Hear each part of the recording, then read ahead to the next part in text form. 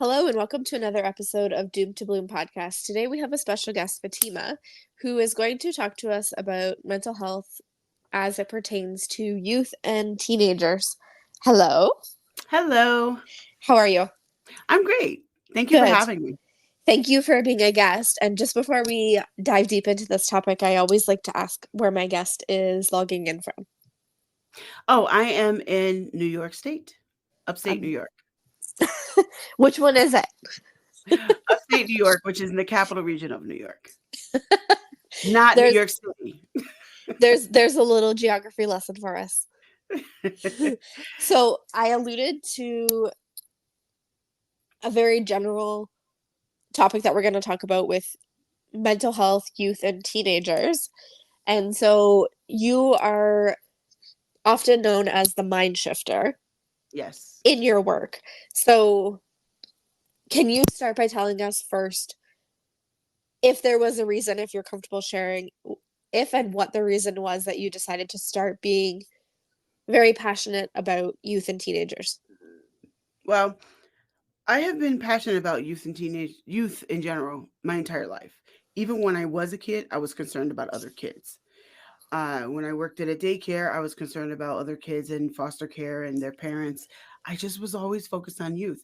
I used to teach Sunday school in my old church as well, um, for a while. And then I drove a school bus. I've worked in schools in different capacities. I've taught math. I was at Job Corps. There's a whole lot of things that I've done in my life that have been youth centered. But in recent times, I've come to recognize that this generation is in trouble and they need a lot of help, and they don't necessarily recognize how bad things are for them because they didn't grow up before to see how things to have a contrast and see the difference and see the trajectory of where they're headed. And so I decided that I can do something from where I am. I can't change the world all by myself, although I wish I could, but I can do something from where I am. And where I am is I created my own platform of a podcast so that I could have the discussions that they need to hear, and the adults who work with them, because believe it or not, there's a large disconnect between youth, teenagers, and the adult who work with them. So I want to make a difference in the world. I was put on this earth to do that. I know that, and that's a fact, unapologetically. The biggest difference I can make is make a difference in those who are going to be running this world very soon. And when you say that there's a disconnect, what exactly are you referring to between the adult that works with them and the youth? That's a good question. So, very often as adults, we're coming up with programming and ideas that are just not connected to where they are. We come up with programs and ideas that are connected to concepts and ideas of where we think they are or where we think they should be. But they're very often not involved in those decisions, in those conversations. So we don't actually know where they are. The truth is, the youth today are growing up in a completely different world than what we did. They are dealing with things that we didn't have to grow up with. And some of the stuff we had to deal with growing up, they're accelerated. They're so accelerated now that it does matter. So it's almost like we grew up on Earth and they're growing up on Mars. The difference is so tremendous. And also, we're not really hearing from the youth, and it's not always because there are adults out there who aren't trying to listen to youth. They are, but the problem is we create these situations that don't allow them to be honest. They have to be politically correct in how they say everything, and we can't just let them talk and be politically incorrect and listen. We have to correct them and everything. Oh, you can't say this that way. You can't say that. Oh, you got to be careful because this is going to come back at you. Blah blah blah blah blah. And that's horrible. That doesn't create a situation where anybody wants to open up. So, and I know this because I actually hear this from youth. Um, they don't feel comfortable speaking up because they know they're going to be corrected. They're going to be stopped mid sentence saying you shouldn't say this, you shouldn't think that. They're going to be talked at instead of spoken with, and those are two different things. And this is, again, I'm speaking in general terms.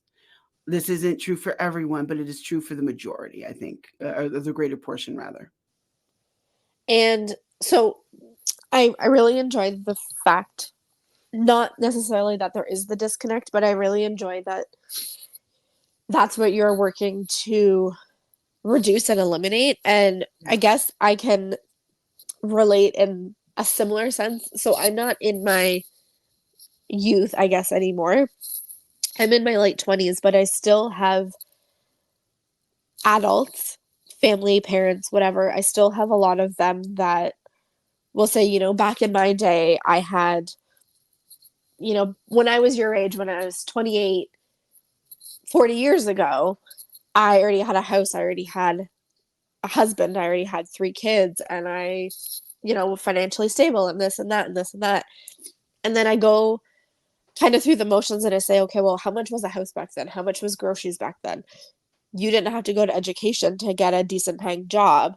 So it's like all of these questions, I can still relate to that disconnect in terms of the comparison between the adults that are supposed to be supporting these youth and teenagers, what their expectations are on the population that it is today, because it's totally different than how it was 20 years ago, 40 years ago, right? Yes, and I think we need, not just want or hope for, but we need for the adults to understand that. And many of them don't. They keep comparing themselves, they keep comparing our youth to the way they grew up, and that is a mistake. Compare them to your humanness, yes, but don't compare anything else because it's not the same. They're not growing up in the same culture. They're not they're growing up with more confusion than we ever did. They're growing up with more fears than any of us ever did. I don't know about you, but when I was growing up, I did not have to worry about school shootings.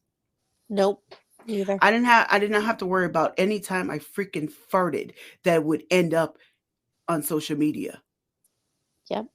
I didn't have a fear of every breath that it would get turned into something else. That's the world they're living in. You don't think that affects their mental health? You don't think that affects how they behave? You don't think that affects how they see their future or how they act? Hell yeah, it does. Big time. And I think most adults they downplay it, they minimize it. It is not a minor detail. It is a gigantic King Kong size detail. Amen. And As you can tell, I'm a little passionate about it.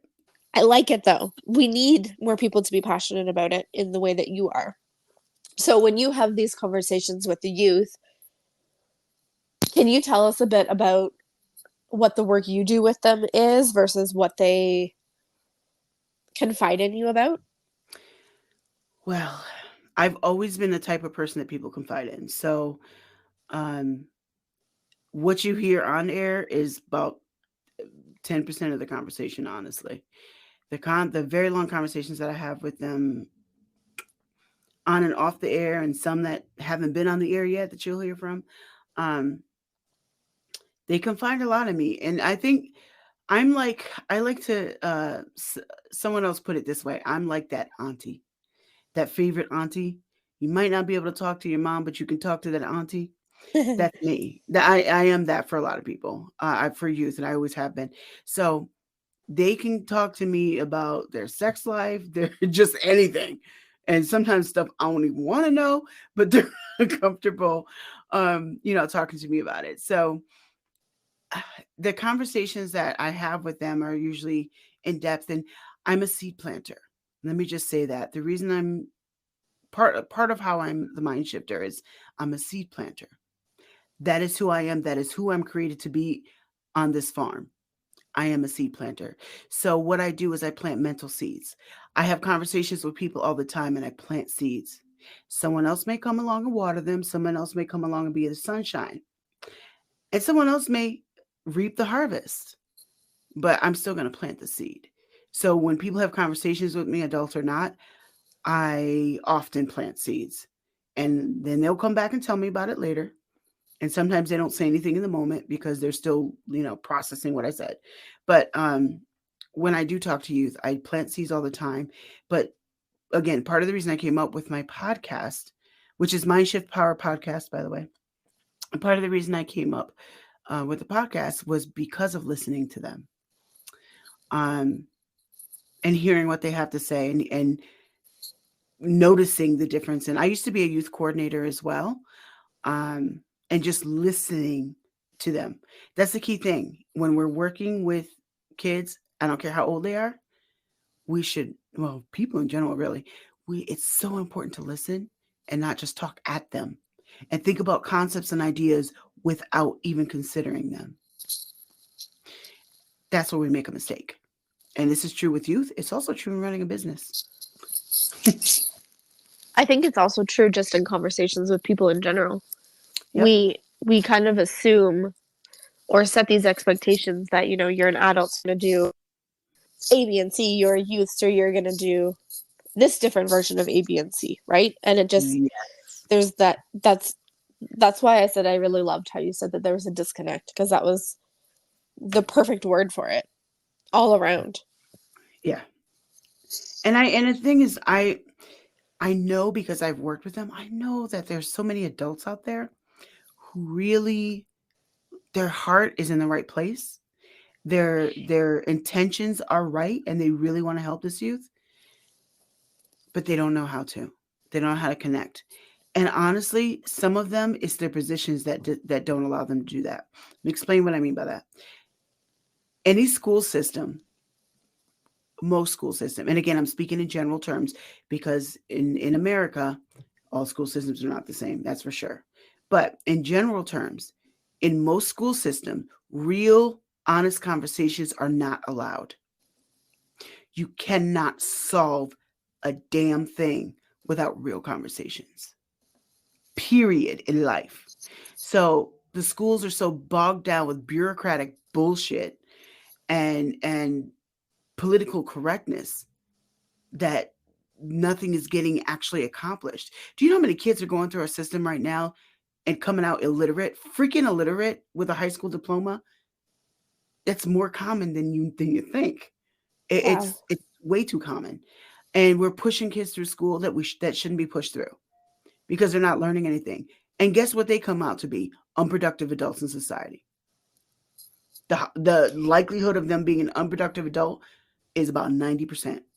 And Now then, that's not my own made up term. I think my own made up numbers. I think the numbers are actually higher, but but then but that in I'm saying turn, that number of quote unquote unproductive adults of society then turns into what my podcast is about, where there's mental health struggles and substance use and housing crisis and, yes, right, system failure after system failure after system failure, and it's a yes, cycle. it is, and that's something I really wanted to talk about too. Is the fact that mental health is like this broad term that we all use, right? And it used to just only refer to those with mental illness. But now the term has become far more broad to include anything dealing with your mental, right? Yep. So, and really it should be, because mental health, when you say physical health, it has to do with anything with the physical body, right? And not just ailments, and not just obesity, and not just anorexia, and not just blah blah blah blah blah. It's all the physical stuff, exercise, everything. So mental health has to do with a lot of different aspects of the mind. And I think mental health is your mental health is really, I would say, pivoting, not on medications, not on mental conditions that you can be diagnosed with, but your actual self-value and self-esteem. Because everything's on a teeter-totter in life. And I mean everything. Everything in life is on a teeter-totter. So when you are more inclined to the negative about yourself, you put more weight on that end of the teeter-totter. And you're more likely to fall over to the end of bad of a state of bad mental health on the teeter-totter of life, because you already got so much weight on the negative. You already feel like you're stupid, you're a piece of shit, you're dumb, you're worthless, you don't have any talents, you're not intelligent, whatever other words you want to use, because they're all in the same bowl. They're all in the same basket. You're already feeling that way about yourself.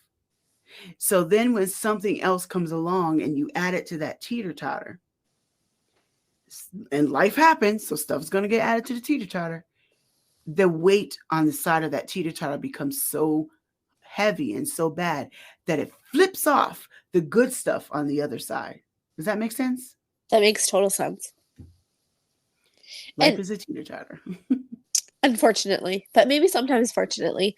And so what within your role of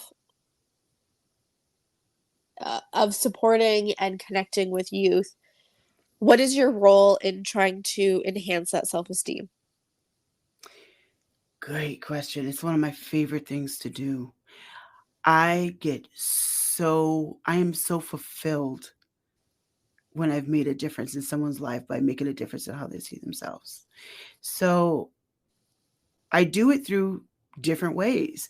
You're going to find a lot of episodes um, of my podcast.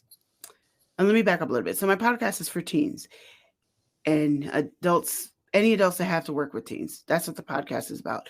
But I deal a lot with career choices, finance, and what I'm going to say is mental stuff.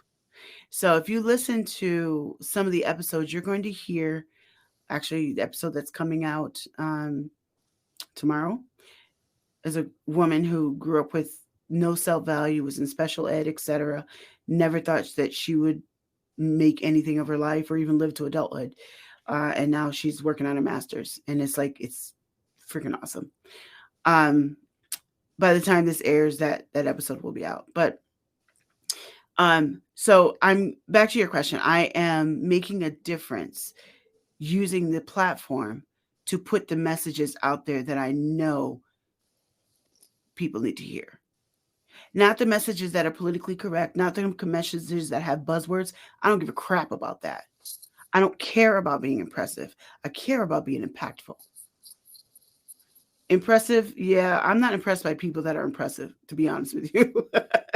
It's like, yeah, you're being impressive, but are you impactful? If you're not impactful, you get out my face. I don't care. And there Like is a that's just really big difference. There there is a is. big difference. And some people are both impressive and impactful, and that's beautiful. And there are people like that. That is absolutely beautiful. But if you're not being impactful, then you're not saying anything, and I need to move on and ignore you. And I will. I will absolutely dismiss you.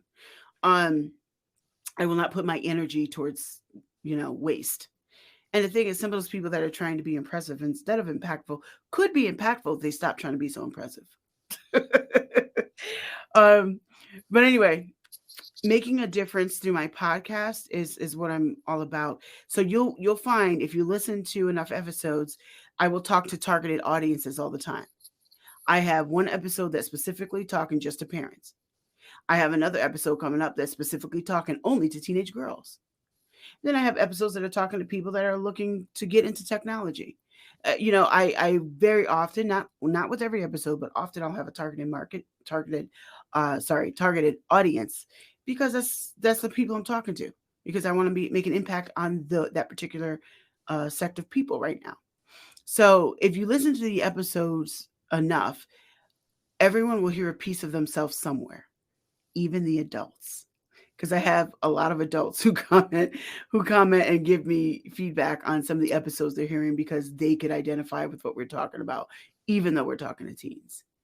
Because human issues are human issues, regardless of your age. They just look different when you're a teenager. They aren't that different. I think you should say that one more time. Humans are humans. I don't Yes. remember how I just said it. Humans are humans, regardless of age. Some of those issues just look different when you're a teenager. They really aren't that different. Yay. Snaps and It's like, claps for that one. well, some of us adults are just physically grown up teenagers. Notice I said physically. So that actually leads me into this question, and maybe it's a bit of a loaded one, but what do you find with your experience? I know you're working to be impactful to youth, but when you're making episodes or you're just connecting and networking with adults who work with youth, what does it look like when that adult, whether they're related or just connected to a youth, what does that look like if they still have their own childhood trauma or youth trauma, but they're trying to support other youth now? Does that do you know what I mean? Like, how does that impact the That is youth? a very loaded question. So it is, but that's okay. I'll dissect it. So there are youth out there. I mean, sorry, there are adults out there who are working with youth with undealt with trauma. That's a fact, Uh-huh. and it will always be a fact. Why will it be a fact? Because they may not recognize that it's undealt with. And sometimes dealing with the youth, it will bring up the issues. Now, some people are going to recognize it and deal with it. Some people won't. They'll sweep it under a rug, deny it, pretend it's not there, explain it away in another way, which is unhealthy. And those people who refuse to deal with it or don't acknowledge it will end up hurting themselves or others, which is bad. And they shouldn't be working with youth, I'll be honest with you, until they're ready to deal with it. Now, and then you have the other ones. The other ones who have undealt with issues, but they don't recognize it until things pop up and they realize that it's stirring things up in them that if they were settled wouldn't get so stirred.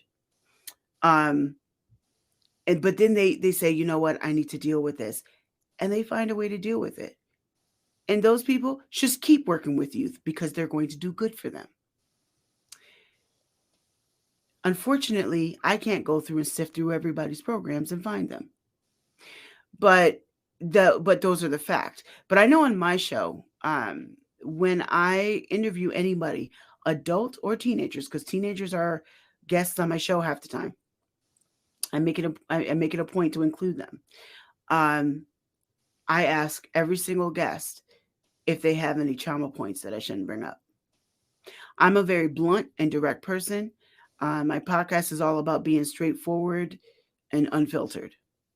But that doesn't mean going to the extreme of being obnoxious and stupid. Because unfortunately, when people say that, sometimes that's what they hear. They're like, oh, unfiltered, you're just going to be obnoxious and a shock jock. No, I'm just going to be real. Period. End. So that is something that I do ask people, and because I'm aware that if someone's not really ready, you can re-traumatize them by putting them on the spot and on the air. And I'm not trying to do that. I'm trying to make things better, not worse. So even if it would be the greatest show ever, if it's going to break them down instead of build them up, I won't do it. What are some examples of how, if you've seen this, which I'm sure you probably have, but what are some examples of how adults actually cause more harm than good when they're working with youth? Oh, great question. So one of the ways, there's several ways, but just to give an example, all right, this is a good one because it's very accurate and it's a very, very common one. You have a woman that was abused by a man or men. So she starts mistreating all the boys as if they are her abuser because she hasn't gotten over some of her abuse issues, because there's always the issues that come with it. Nobody is ever okay or normal after abuse. No one. I don't care what you say. I'm fine. No, you're not. We all need help after abuse. Now that help looks different for each of us, and we have varying degrees of it. Some of us need more help than others, and some of us just need a little bit and we're okay, but we all need something, some kind of counseling, some kind of place to heal, something. But I have seen that happen where you get these women, and this goes into another subject, but I think it's very relevant and it's something I like to talk about. You get these women who have watched men abuse women, whether it's domestic violence, whether it's sexually, but they've watched some kind of a manipulation, some kind of abuse towards young women with men. And that does happen, unfortunately. But that doesn't mean that every single man is an abuser. And it doesn't mean that we should treat every man as if he's the abuser. That's unhealthy. It's imbalanced. It's a mental imbalance when you do that. And if you haven't dealt with your own issues and you see the male species as your enemy, you're still in an unhealthy place. And therefore, you're going to start misusing, or another word for that is abusing, the men, your coworkers, or the male students, or whatever your situation is where the males are. And that's just one example. Um, and the opposite example is a man who's been just really let down by women, or really just been maybe tricked by a woman or something, because that happens too, a lot more than we think. And so now they start acting like every woman is this bitch that's after him. So then he starts treating his students that way. He starts treating the youth at the community center. Oh, these women are after you. Or worse is he starts teaching that same mentality to the young boys under him, which just exacerbates the problem. Does that make sense? It makes total sense. And I feel like, unfortunately, definitely unfortunately, I feel like that happens more often than we even think of. Mm-hmm. For both situations, and also Yep. just teachings by adults. Again, related or not to the youth, they're teaching things that the adults learned, whether it was accurate or not, into the youth. Yes. I want to add on to that. I think it's so important to point this out. We all teach people around us, period. Good or bad, right or wrong. We all teach people around us. We spread our mentality to everybody around us. And this is why it is so important that we get healed from our trauma, from our issues. Because if we're not healed, hurt people hurt people. And sometimes that hurt isn't intentional, but it still happens. You are hurting people when you are teaching them the wrong things. You are hurting the people around you when you're mistreating them because of your own undealt with issues. You are hurting other people when you're causing them to do actions that are hurtful to themselves. Hurt people hurt people. It's so important that we deal with our issues and that we get healed from whatever they are. And if you don't know what they are, you need to see somebody about it.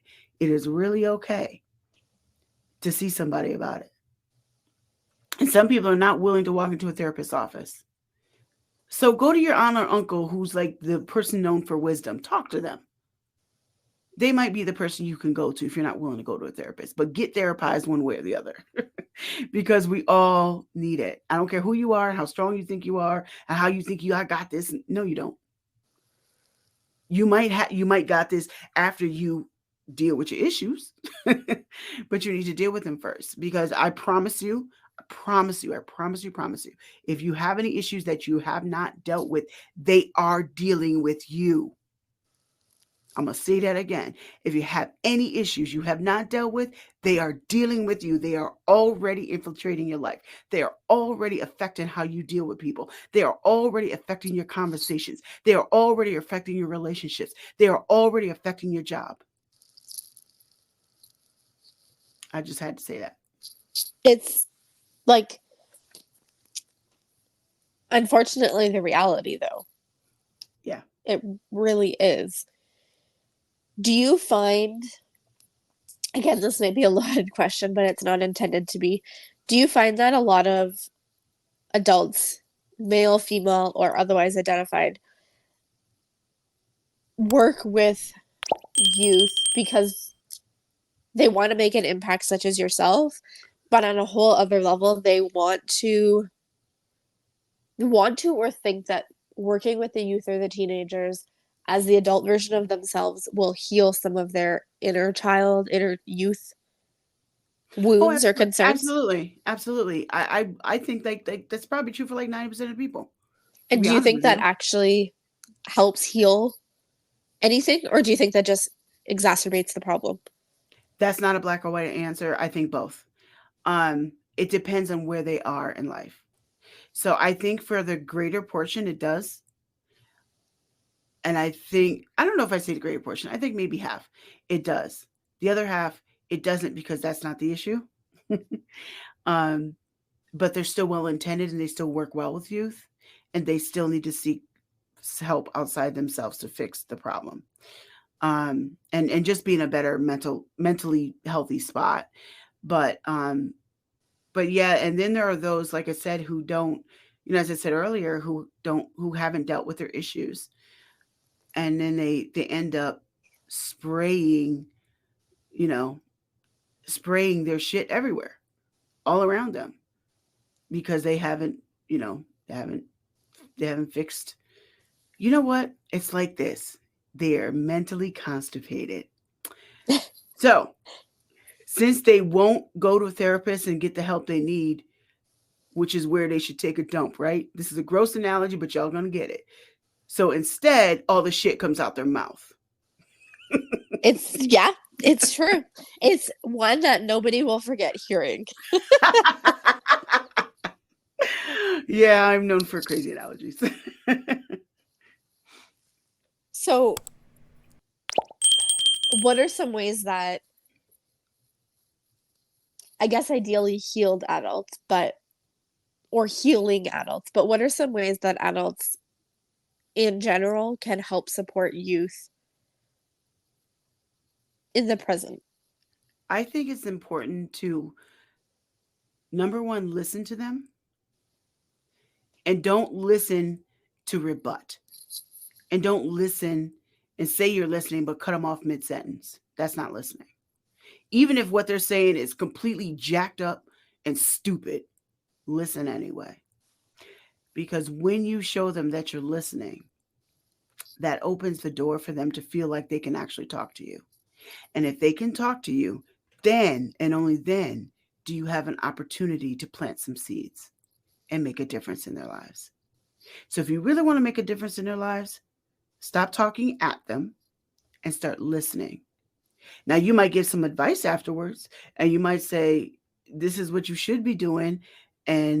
But don't just tell them what they should be doing and leave it at that. Throw in some understanding there, because nobody wants to talk to somebody that talks at them. As adults, do you want somebody sitting there pointing their finger at you, talking at you? No, we leave the room. We might physically be there, but mentally we already left the room. Or we'll tell you where to go and how quick to get there. Where you can shove that. Yes. Right. Or we're just like, get out of my face, shut up, blah, blah, blah. And we do that as adults. Why would it be any different when you're a teenager, when you're still discovering and you're still learning? By the way, that doesn't ever stop. But it's not just teenagers, it's all of us. But it's important to listen to them first.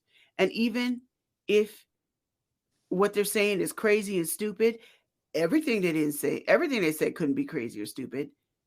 Reaffirm the parts that are true before you go into what they should do and tell them off and give them, or give them your advice. Sometimes you're not telling them off, you're just giving advice, or give them your opinion on things, or telling them what you think they should do, and da-da-da. And there's nothing wrong with that. But don't let that be the only thing you spew out. Listen first, identify and relate to the parts that they said that you can understand. And if you don't understand, be honest and real about that. Real, as they always say, real recognize real. Nobody wants to talk to somebody who doesn't understand them and just talks at them. That's like the best way to get them to completely tune you out. If you want to be supportive, start by listening. There's other things you can do after that, but I would say that's the biggest start. And what are those other things after, to actually start listening? After you start listening, number 2, reaffirm or relate to the parts that they said that are true. Don't lie, don't overfluff. So if they said they were feeling bad about XYZ, say, I understand why you're feeling bad, but here's the way you could think about it instead. There's nothing wrong with that. And they might actually listen. And even if they don't act like they're listening in that moment, which teens often won't, they might go back and meditate on it later. And actually, you might change your mind. I've had that happen to me a lot, where teenagers kind of look at me like I'm crazy when I'm telling them something. But then later on, they come back to me and say, you were right. And I told so-and-so XYZ because you told me this. And so that tells me that it was working. Don't look at reaction as much as you look at results. It's almost like they need that processing time to be able to sit with Right, what they've been told, reflect on it, and then make their right. decision on how they feel about it. Remember how human you are, not as a teenager, but just as a human being. Do you accept everything everybody tells you all at once? No, Nope. not unless you're an airhead. And most of us are not airheads. So we don't. We have to process it first.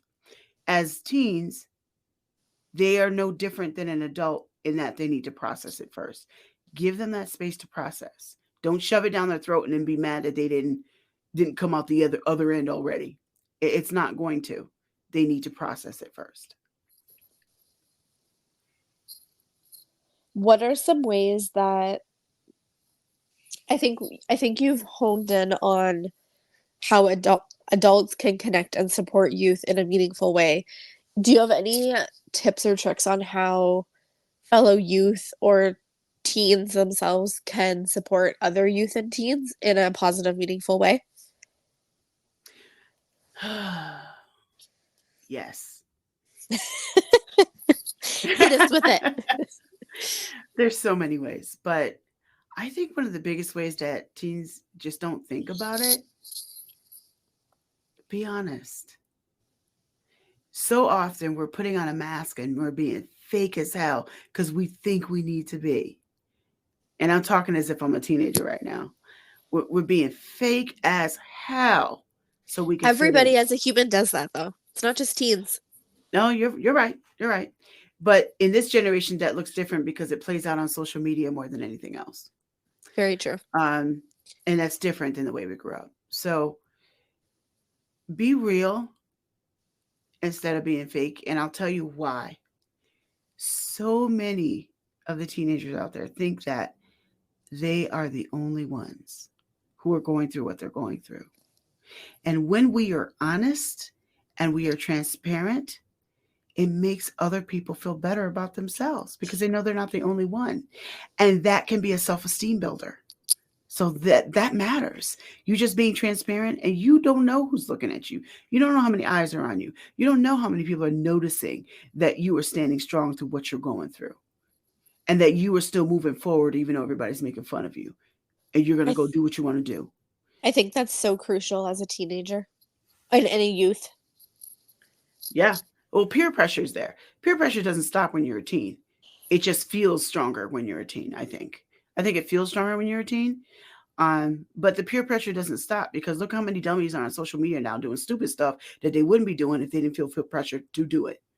Yeah. We all thinking about somebody and something right now because it's true.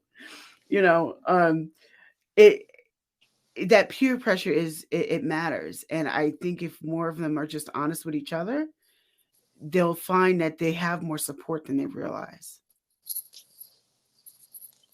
And and support doesn't necessarily have to mean professionals. No, some of the best support doesn't come from professionals, actually. And I'll tell you why. There's a lot of professionals that act like clinically trained robots, and that doesn't help anybody. The professionals that I see who are the best at what they do, they're human in their approach to things. They're still professional, but they're also human. And if you have that combination, then you're great.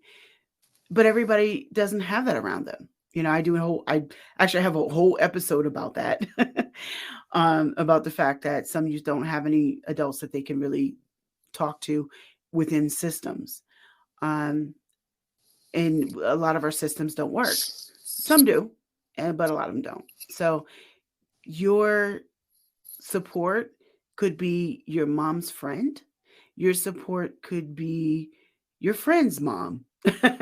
Your support could be aunt or uncle. Your support could be somebody at church, your synagogue, your mosque. Could be somebody at a community center. There's so many different ways of getting support. And most of the time we have to actually seek it out because it won't usually come to us. Can I throw in my 2 cents on how I as a professional in the mental health and social science field make that connection? Hmm. So it's a little different for me only in the sense that I work specifically only with adults. So it's 18 plus, but the Hmm. large majority of those that I work with are probably 30 to 70-ish. So the reason I wanted to give my 2 cents in on this is because, like you've been saying this entire session, is everybody is human and everybody has their own ways, but at the end of the day, everybody is human. So what might work for building rapport and the connection with adults might also be the same thing, and it more than likely is for youth. Mm-hmm. So my perspective on it, when I say I get a new client on my caseload and I'm trying to house them, but they're also struggling with addiction or mental health or legal involvement, I how do I say this? I don't take off my professional hat per se, but I just get down on their level. I like many professionals that I see in my field don't swear, they don't dress necessarily to blend in, they don't use humor or sarcasm, they're just very by the book, very, Yep. as you said, rigid and robotic, right? Clinically trained robots. Yes. Yes. So I'm not a clinical person by any means, but I wear jeans and a t-shirt to work. I wear jeans and a hoodie to work. I wear leggings and a nice shirt. I don't stand out as a professional to them. I blend in with them. And the other piece that I would offer, and feel free to correct me if this is off the beaten path, but the other part that I use is I get down on their level with their language and their emotions and how they talk about things. I think with adults, it might be a little different in the sense of generation changes, like you've noted. But with the adults, when they're coming onto my caseload or they're doing an intake and might be assigned to me as their worker, I feel like with the population that I work with, given that they struggle with, legal involvement, addiction, mental health, I cuss. I don't do it often, but I do it. And I do kind of use the slang and the terms that they use because that forms that rapport. It forms that therapeutic rapport and that connection and that relationship instead of being a robot as a professional. I And I think. think, go Sorry, ahead. go ahead. I beat you to it. You go. Well, no, finish your statement. I was just going to say, I think that might be a little different in terms of youth because I think there's nowadays heavier expectations on youth than there was years ago, but also the generational changes between the adults I work with now versus the youth Mm-hmm. and what they're going through now.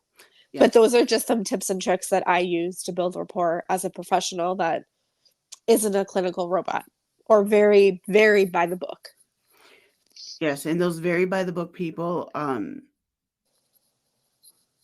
most you if you are like that, please don't work with youth. Please stay far away from youth because they are not going to talk to you. And the thing is, because they just see you as a clinically trained robot and not a human they can relate to. What we Yeah. all look for when we want to confide in someone is relatability. And a lot of what you just said was relatability. In dealing with youth, I think it is important. Everything you just said about being down on their level, the way I like to word that is relatability. Um, well, actually, relatability is a little bit different because if you're going to talk to me about an issue that you're dealing with, and it's also an issue that I dealt with, I'm going to talk to you about my issue. That doesn't mean I need to go to the extreme of telling you all my business. That's the reason why people are clinically trained to be robots. Don't tell anybody anything personal. Don't get personal. And basically, what they're telling you is don't be human. But your humanness is the very thing that's going to help them open up to you so that you can take all that training that you did get that is correct and how to help them heal and actually have it work. It's not going to work if they don't open up to you and you just are acting like a robot or you're talking at them instead of being relatable. You tell me that you can relate to me. I am now listening. I am now listening. That's how we are as human beings. So you don't necessarily have to. And here's the thing. You don't always have to use their language to be relatable. You could have someone who grew up in the inner city who's black and grew up in the ghetto. and someone who grew up in white suburbia, completely unrelated to each other, right? Different backgrounds, having a conversation. And that old white lady who grew up in suburbia happened to go through the same thing that this black child in the ghetto grew up in. I'm saying those things because those are ideally what we think of as opposites, right? In our society. But that old white lady can find that one thing that she can relate to with that young black child and say, I went through this too, but be honest about all the parts that don't relate. Like, I don't know what it's like to do this. I don't know, but I do know what it's like to this. And then focus on the part that you can relate to. That child might still listen and be like, okay, she's cool. I can talk to her. You don't Yep. have, and she won't have to say it. She could say it in her white suburban way. She doesn't have to use street lingo, so to speak. It's focusing on what you can relate to, and all the other stuff will fall in the background. If you really think about it, that's how we work as human beings. It's very true. The other kind of burning question, which I feel like could be a whole episode on its own, but just the analogy that you used of the black child and the old white woman connecting on whatever level it was that they both experienced. Do you find in your in the work that you do and the experience and the connections that you make, do you find that there's kind of a, I don't even know what the word would be, like a click or like the youth will gravitate to almost like their own culture or their own ethnic background or their own religious background Yeah. versus anybody else? Yes, I had a whole episode on this on my podcast actually, with a therapist because we discussed this. Um, it is an issue specifically for Black and Brown children in our school systems to have literally nobody they can relate to in the adult staff, and that is a huge problem because most of the time they're just not going to open up to these people who are completely out of sync with them, or at least they And think they are. and who are most of these adult staff in the schools? White folks who don't understand. You Okay. want you want an honest answer? That's it. Who That don't was what understand because that's not been their experience. They didn't grow up. Uh, yeah. you don't understand what it's like to grow up of a person of color in this country, and it is different.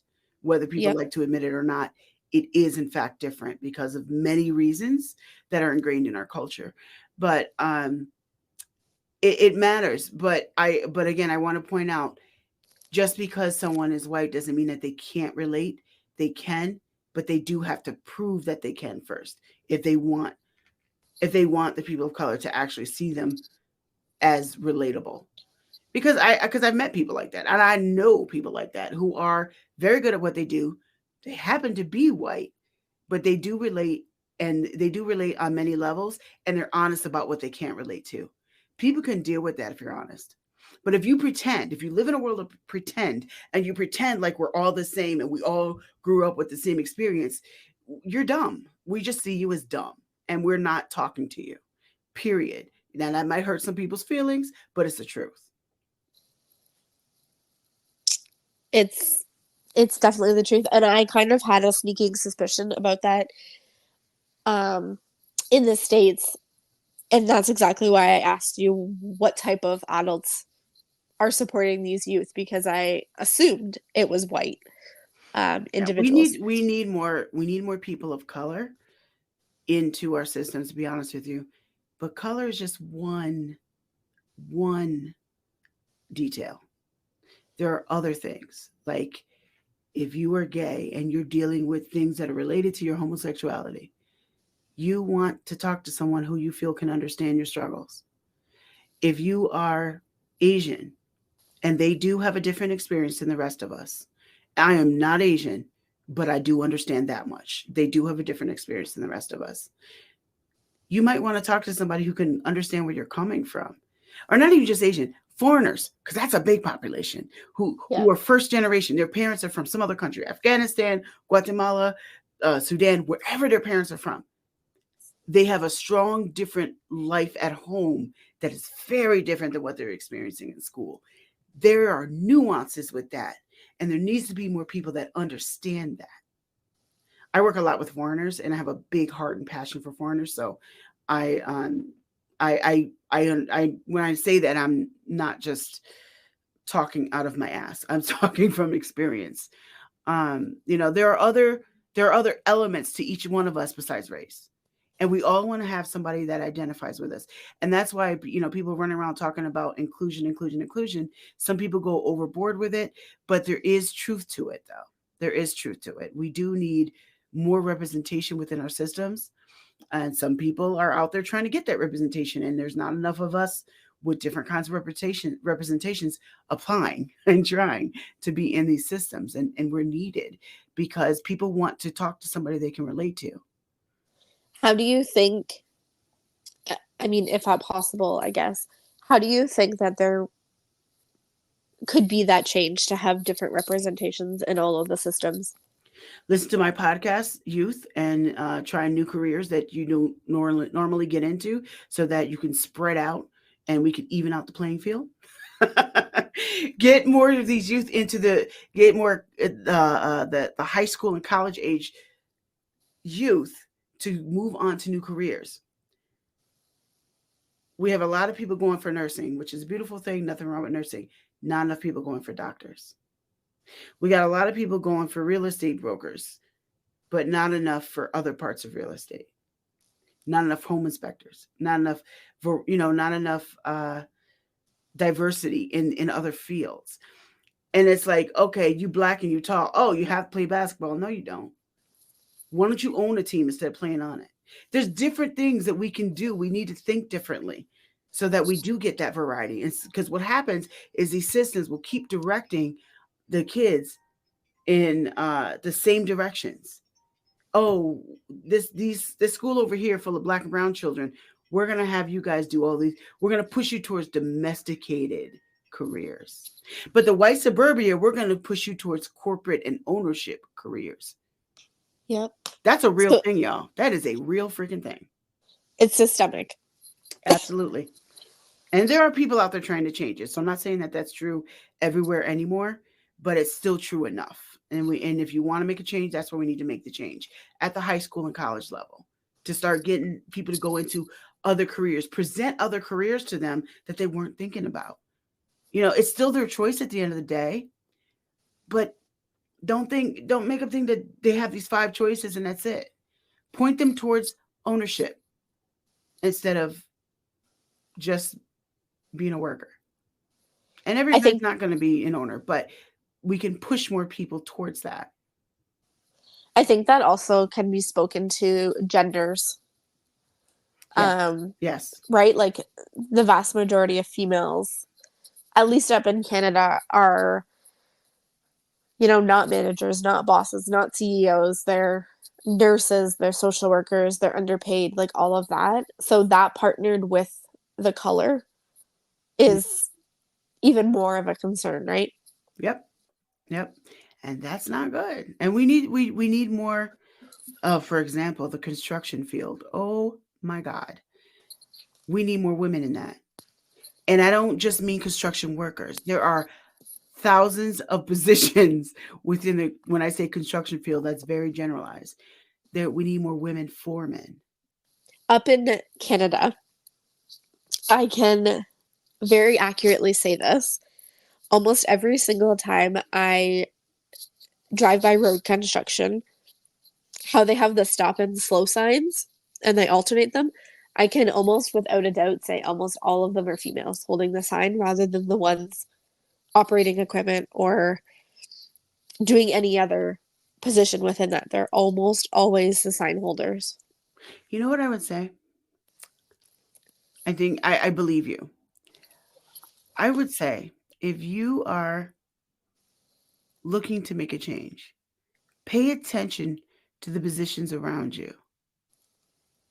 Look for what's not being fulfilled and then try to fulfill it. So I always like to say, look for the holes in the Swiss cheese, because they are everywhere. Everywhere you look at Swiss cheese, there's always some holes you can find. So what's missing when you look at a room full of executives? What's missing? women, and people of color. Yep. When you look in a room full of construction workers, what's missing? Black men. When you're looking, I'm just making up examples, but when you look in a room full of this type of field, what do you see? What do you not see? Not just what do you see? What do you not see? Men, people of color. Yeah, it depends on what field you're talking about, but yeah, and Yep. there it's like, look at that, and then say, we need more black and brown folks in this area. We need more women in this area. We need more this and that, whatever it is. We need more Asians over here. We need more foreigners over here. We need more, we can go on and on with different details, but whatever it is, take a look. Take a look. Usually I ask for like words of wisdom or support or encouragement, but I feel like this whole episode has been that. So I'm gonna bypass that because you've Okay. hit on all of them. But I will ask you to continue these conversations, to listen to these conversations. Where can we find you? Well, my website is fatimabey.com. That's my name, Fatima, B as in boy, EY.com. On there, you can find everything you need to know about me. I am my podcast page is there as well. My podcast name is MindShift Power Podcast. I also have a YouTube channel. It's called Fatima Bey, the MindShifter. You can find that on YouTube as well. And honestly, you can Google my name. If you Google my name, I'm the whole first page of Google usually. So Yes. I love to see that. just Google my name. You'll find out everything you need to know. The other thing that we did not discuss that you will find on there, so I'm going to say it now. I'm a dual entrepreneur. So I do have another business. It's called My Abishai. I make and design wedding gowns. Yep, completely unrelated, or so it seems. So, so you'll find a lot of stuff about that as well. I used to be on the radio. You can find those episodes on my YouTube channel. And I write for a magazine called Blessings Magazine. You can find that online as well. And yeah, so go to fatimabey.com and you basically find everything you need to see. Maybe it sounds like set aside a couple hours to go through everything though. I don't know, but but yeah, you'll click on one thing, you'll find other things, you'll click on more and find others because people tell me they do that. And I'm It's on like every social media platform too. amazing. And is the social media platforms just your name or is it Um, it's Fatima Bey, the MindShifter on Facebook. It's Fatima Bey on everything else. okay? So Consistent. I like it. yeah, well, like For the I most think it's part. Fatima Bey underscore on Instagram. Um, the links are all on my website. The links are on my website. But like even on Pinterest, it's Fatima Bey, the MindShifter. So it's either Fatima Bey or Fatima Bey, the MindShifter everywhere. Amazing. Well, I wanted to thank you again, Fatima, for being a guest and having the conversation about youth and teenagers and mental health. I think it's obviously a much needed conversation, and you're doing incredible, impactful, but also impressive work. And I think more people need to follow along in your shoes for the work that you do and the impact that you make. So thank you for guesting and thank you for doing what you do. And I believe I follow you on a lot of socials, so I'm going to go double check, but I want to stay connected if possible to see where your journey takes you and to see where your impact leads you. I did want to ask, thank you. I did want to add one little thing for the listeners. If you want to hear my impact, listen to episode 2 of my podcast. A young girl talks about my impact. Okay. Episode 2. Yes. All right. Let's make sure we note that so we can listen to it. And again, thank you so much for just being you, being a guest, and for the work that you do. I do truly hope that we can stay connected. Absolutely. And thank you for having me. I really appreciate it. Absolutely. The space is all things mental health, whatever population or gender or any other diversity, it's all welcome here. So I'm just really honored that you opened up the doors of my podcast to be this specific population because it's not talked about enough. Yes, I'm glad you allowed me the opportunity to plant some more seeds and some more brains. You've planted lots of seeds. And and to you, Fatima, and to the listeners, I'm sending you lots of love and lots of light.